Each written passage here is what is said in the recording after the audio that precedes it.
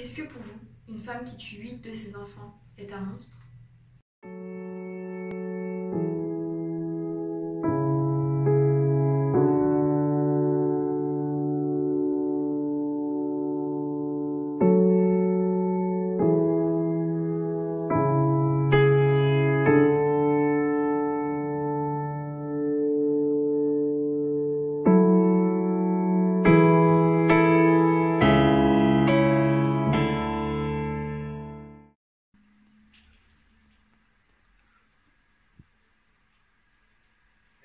Bonjour à tous, bienvenue sur ma chaîne. Donc aujourd'hui on se retrouve pour une nouvelle vidéo de meurtre d'enfants, donc d'infanticide. Et aujourd'hui on se retrouve pour une vidéo particulièrement écœurante et particulièrement bizarre dans le jugement, puisqu'on va parler d'une femme qui a tué 8 de ses enfants. On va parler aujourd'hui de Dominique Cottrez, une femme qui est née le 29 mars 1964.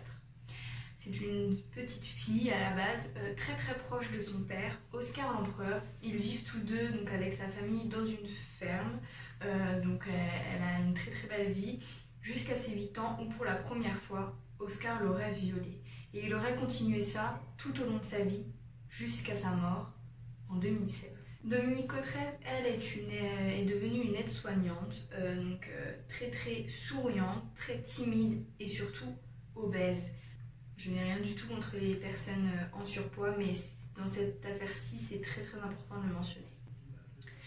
Elle vit avec son mari Pierre-Marie Cottrez. Ils se sont rencontrés en mai 1983 et ensemble, ils ont eu 2 petites filles. Dominique Cottrez, suite à ce premier accouchement, développe une peur bleue des médecins. Elle va en avoir une phobie noire puisque son accouchement s'est très mal passé. Les médecins la violençaient.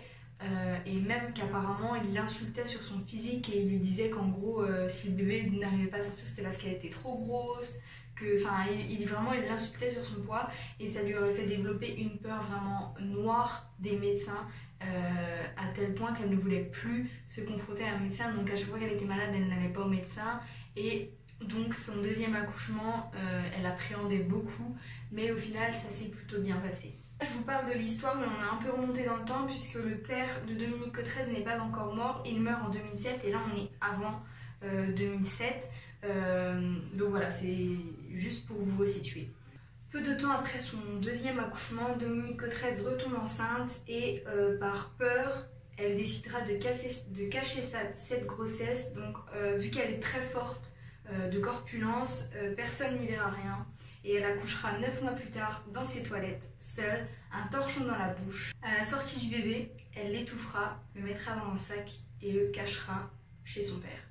Elle fit ça avec ses 7 autres enfants qu'elle a eu en 10 ans. En 10 ans, elle a eu 8 enfants.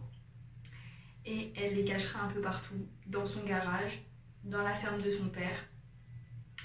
Et comme ça, un peu partout. Elle va, quand ils sont dans le garage, elle va aller leur mettre des couvertures dessus par peur qu'ils aient froid. Elle va vraiment bien s'en occuper comme s'ils étaient encore vivants. Elle va leur mettre des couvertures, elle va les bercer, les border, tout ça. Et vraiment comme s'ils étaient encore vivants. En 2007, son père meurt. En 2009, la maison d'Oscar l'Empereur, le père de Dominique Cottrez, sera rachetée par un jeune couple qui souhaitera faire des travaux dans cette maison pour lui donner un coup neuf. En faisant les travaux, les nouveaux propriétaires retrouvent 2 tout petits cadavres de bébés enterrés. Le 27 juillet 2009, Dominique Cottrez reconnaît être la mère de ses enfants, mais je crois pas qu'il y a de suite à ça. En tout cas, j'ai pas trouvé d'informations sur ce qui s'est passé après, mais je sais que le 24 juillet 2010, les enquêteurs vont découvrir qu'en fait ce n'est pas 2 bébés qui appartenaient à Dominique Cottrez, mais en fait 8 bébés, 8 cadavres de bébés qui appartenaient à Dominique Cottrez, enterrés un peu partout. Dominique dit qu'elle a fait tout ça, qu'elle a tué ses 8 enfants parce qu'elle pensait que c'était le fruit d'un inceste avec son père, puisque comme je vous l'ai dit, il la violait apparemment. Ça n'a pas été prouvé, mais tout au long de sa vie. Il faut savoir que le mari de Dominique Cottrez, donc Pierre-Marie Cottrez, dit qu'il ne s'est jamais douté de rien. Vraiment, il s'est jamais douté de quelque chose, que ce soit des viols ou des accouchements de sa femme pendant la nuit. Il dit qu'il n'a remarqué aucune grossesse. Par la suite, ces deux petites filles vont révéler que c'est vrai que dans la maison, il y avait toujours une odeur très nauséabonde, que ça sentait très mauvais, mais qu'elles étaient habituées à cette odeur vu qu'elles vivaient dans la maison, donc elles ne se sont pas posées plus de questions.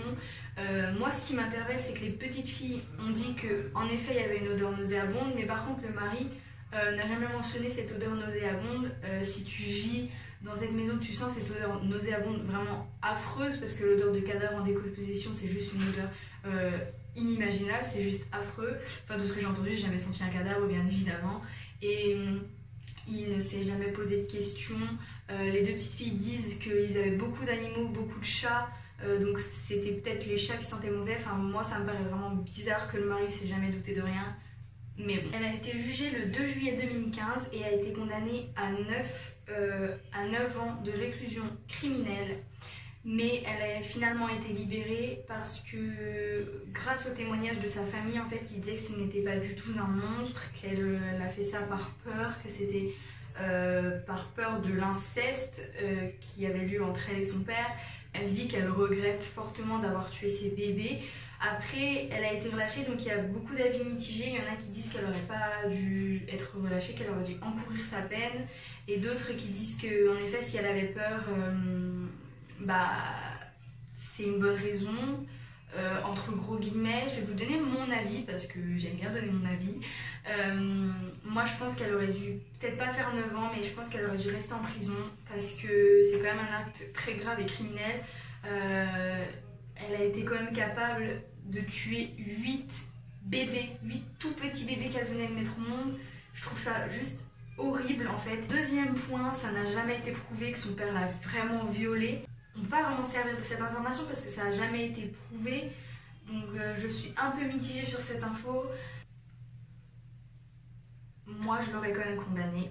Dites-moi en commentaire si vous l'auriez condamnée. Moi, je l'aurais condamnée parce que je trouve ça juste horrible.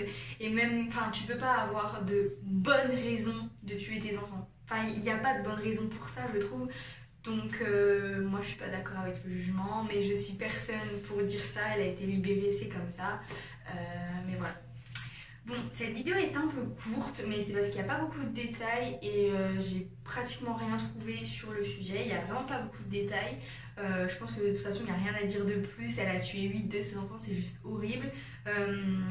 L'affaire est close maintenant, donc on ne saura jamais si elle a vraiment été violée par son père.